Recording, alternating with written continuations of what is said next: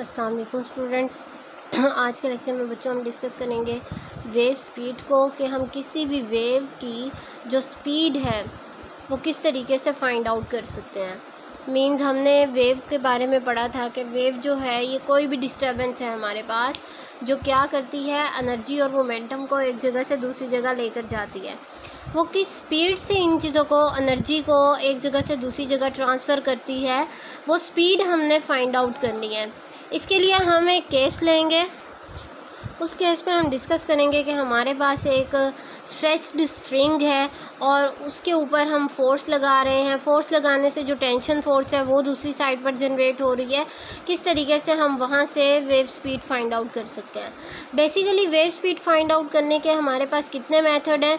दो मेथड हैं हमारे पास। एक को हम बोलते हैं मैकेनिकल एनालिसिस, दूसरा हमारे पास है डायमेंशनल एनालिसिस। मैकेनिकल एनालिसिस में हम क्या डिस्कस करेंगे कि अगर हमने एक स्ट्रिंग ली हुई है, उसके ऊपर हम फोर्स लगा रहे हैं, फोर्स लगाने से उसकी वेलोसिटी, एक्सेलरेशन और बाकी जो चीज़ें हैं, मोमेंटम वगैरह, वो किस तरीके से चेंज हो रहा है, कैसे हम स्पीड फाइंड आउट कर सकते हैं। डायमेंशनल एनालिसिस में हम क्या डिस्कस करेंगे? हमने जो जो फैक्टर यहाँ पर डिस्कस करने हैं, हम उनके डायमेंशंस को स्टडी करेंगे कि डायमेंशंस को अगर हम सिंप्लीफाई करें तो हमें एंड आंसर क्या मिलता है।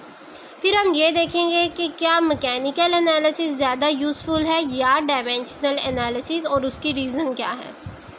तो सबसे पहले बच्चों स्टार्ट करते हैं डायमेंशनल एनालिसिस। सेकंड जो एनालिसिस है जिसमें हमने डायमेंशंस यूज़ करने हैं वो स्टार्ट करते हैं। इसके लिए मैं आपको एक डायग्राम बनवाती हूँ जो आपकी बुक में नहीं बनी हुई, और यही जो केस होगा ये आपने यहाँ पर थ्योरी में लिखना होगा। Let us consider that we have a string. हम कंसीडर करते हैं कि हमारे पास एक स्ट्रिंग है, एक रस्सी है जिसका जो दूसरा एंड है वो फिक्स है किसी एक पॉइंट के साथ, मीन्स दीवार के साथ मैंने इसे फिक्स किया हुआ है। अब मैंने क्या किया, मैंने इसको स्ट्रेच करना शुरू किया, मीन्स खींचना शुरू किया। यहाँ पर मैं फोर्स अप्लाई कर रही हूँ। फोर्स अप्लाई करने से क्या होगा, ये इसकी मेन पोजीशन है। मैंने इसको स्ट्रेच किया। स्ट्रेच करने से यहाँ पर हमारे पास दो प्रॉपर्टीज़ जनरेट हो रही होंगी। दो प्रॉपर्टीज़ कौन सी? जब मैं इसे खींचूँगी इसमें किसी हद तक, नो डाउट ये कोई रबड़ वगैरह की नहीं है, लेकिन किसी हद तक इसमें इलास्टिसिटी जनरेट हो जाएगी। आप नेग्लिजिबल भी कह सकते हैं। एक तो हम कह सकते हैं कि यहाँ पर इलास्टिक प्रॉपर्टी जनरेट हो रही है, इलास्टिक प्रॉपर्टी आ जाएगी। सेकंड वन क्या है हमारे पास? सेकंड वन, इस रस्सी का अपना वेट है, अपना मास है। मींस जब भी आप किसी चीज़ को डिस्टर्ब करते हैं, अगर वो हैवी हो आपको मुश्किल होगी डिस्टर्ब करने में, लेकिन अगर वो लाइट सी हो वज़न में तो आपको बिल्कुल भी मुश्किल नहीं होती। तो अगर तो ये स्ट्रिंग बिल्कुल लाइट सी आपको बिल्कुल मुश्किल नहीं होगी, लेकिन अगर ये हैवी है, इसका मास ज़्यादा है, तो आपको मुश्किल होगी। तो दूसरी प्रॉपर्टी जो मास को रिप्रेजेंट करती है उसे हम बोलते हैं इनर्शिया। किसी भी चीज़ का जो इनर्शिया होता है वो उसकी रेजिस्टिव प्रॉपर्टी होती है। अगेन मैं रिपीट करती हूँ, किसी भी चीज़ का जो इनर्शिया होता है वो उस चीज़ का मास हमें बताता है, और ये रेजिस्टिव प्रॉपर्टी होती है जो रेजिस्ट करती है उन चीज़ों को कि भाई हम उसे उनकी हालत से डिस्टर्ब ना करें।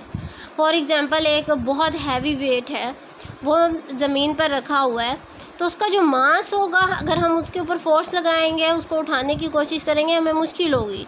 वो जो उसका मास है वो हमें रोक रहा है, रेजिस्ट कर रहा है कि हम उसको डिस्टर्ब ना करें, वो उसका इनर्शिया कहलाएगा। तो यहाँ पर हमारे पास कौन सी दो चीज़ें आ रही हैं? एक इलास्टिक प्रॉपर्टी जो हम फोर्स लगा रहे हैं उसकी वजह से जनरेट हो रही है। ये जो इलास्टिक प्रॉपर्टी है फोर्स, टेंशन की फोर्स कहलाएगी, जो स्ट्रिंग में ऑपोजिट डायरेक्शन में होती है। दूसरा हमारे पास क्या है? इनर्शिया है। इनर्शिया को हम किस तरीके से डिफ़ाइन करेंगे, इनर्शियल प्रॉपर्टी को? अब हम इन दोनों चीज़ों को डिस्कस करेंगे और इनके डायमेंशंस फाइंड आउट करते हैं। सबसे पहले है इनर्शियल प्रॉपर्टी। इनर्शिया जो है हमारे पास म्यू से रिप्रेजेंट करेंगे हम इसे। डिफरेंट बुक में डिफरेंट तरीके से रिप्रेजेंट किया हुआ है, आई से भी कर सकते हैं हम इसे, जो हमें बता रहा है मास पर यूनिट लेंथ। मैंने अभी बताया कि इनर्शिया में किस चीज़ के बारे में बताता है, उस बॉडी का अपना मास होता है। तो इसको अब मास पर यूनिट लेंथ ले रहे हैं, तो मास का डायमेंशन हमारे पास कैपिटल M होता है, लेंथ का हमारे पास कैपिटल L होता है। इसको हम इस तरीके से लिख सकते हैं, L ऊपर जाएगा तो -1, और डायमेंशंस को हमेशा स्क्वायर ब्रैकेट में मेंशन किया जाता है। इसके बाद हमारे पास थी tension force. Tension force F = ma ले लेते हैं हम, सिंपल M का जो डायमेंशन है वो कैपिटल M होता है, मास है। A में यूनिट क्या आते हैं हमारे पास, पहले वो देखते हैं, मीटर पर सेकेंड स्क्वायर। तो मीटर का डायमेंशन हमारे पास क्या होता है, L मीन्स लेंथ होगा हमारे पास, S सेकेंड को रिप्रेजेंट करता है, इसका डायमेंशन हमारे पास टाइम पीरियड आ जाएगा T-2। अगेन इसे भी हम किस में रिप्रेजेंट करेंगे, स्क्वायर ब्रैकेट में। अब जो हमारे पास फार्मूला होता है स्पीड फाइंड आउट करने का, वो क्या होता है, v² is directly proportional to tension property over inertial property. Tension property को हमने F का नाम दिया था, इनर्शियल प्रॉपर्टी को हमने म्यू का नाम दिया था। ये हमारे पास फार्मूला होता है किसके लिए, स्पीड फाइंड आउट करने के लिए। F को हम इलास्टिक प्रॉपर्टी भी मेंशन कर सकते हैं, और ये हमारे पास म्यू जो है इनर्शियल प्रॉपर्टी है। अब हम यहाँ पर देखते हैं कि हमने फाइंड आउट कर लिए दोनों के डायमेंशंस, तो रेशो ले लेते हैं क्योंकि हमने इस फार्मूले में पुट करना होगा फिर। तो सबसे पहले F/μ रेशो लेते हैं हम। रेशो में हमारे पास क्या आएगा, F की जो डायमेंशन है वो आए हैं हमारे पास mlt-2, ये mlt-2 मैंने मेंशन किया। म्यू के डायमेंशन हमारे पास आए हैं mlt-1, तो ये मैंने mlt-1 यहाँ पर मेंशन किया। यहाँ पर देखें जो मास है ये कैंसिल आउट हो रहा है इस मास से, तो यहाँ पर बच गया हमारे पास lt-2। यहाँ नेक्स्ट में हम ले लेते हैं lt-2, ऊपर नॉमिनेटर में बच गया, डिनोमिनेटर में क्या बचा, l-1। इसको मज़ीद थोड़ा सा सिंप्लीफाई करते हैं। किस तरीके से हम सिंप्लीफाई करेंगे, देखें lt-2 है, और जो डिनोमिनेटर वाला l है l-1, ये जब ऊपर जाएगा प्लस में कन्वर्ट हो जाएगा, तो l+1 में लिख देती हूँ और इनको एक ही स्क्वायर ब्रैकेट में कर देते हैं। यह आपके पास आ गया lt-2 +1 + 2 मीन्स आपके पास आ चुका है l² t-2 किसकी रेशो आई है, F/μ की। तो चलें अब इसको हम पुट कर देते हैं किसके अंदर, इसी फार्मूले के अंदर, इस वाले फार्मूले के अंदर पुट कर देते हैं।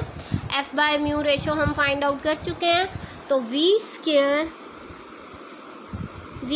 Is directly proportional to F/μ था हमारे पास। इसकी जगह मैं इसकी वैल्यू जो हमारे पास ये वाली वैल्यू आई है ये पुट करती हूँ, v² directly proportional to l² t-2। मुझे v² नहीं चाहिए, मुझे जस्ट सिंपल स्पीड चाहिए, तो मैं क्या करूँगी, v is directly proportional to l² t-2, square root में आ जाएगा ये। जब हम इस साइन को हटाते हैं तो हमारे पास एक कांस्टेंट आता है, v = कांस्टेंट की जगह मैं c लगा रही हूँ, l² t-2 आ जाएगा हमारे पास, अगेन किस में, स्क्वायर रूट में।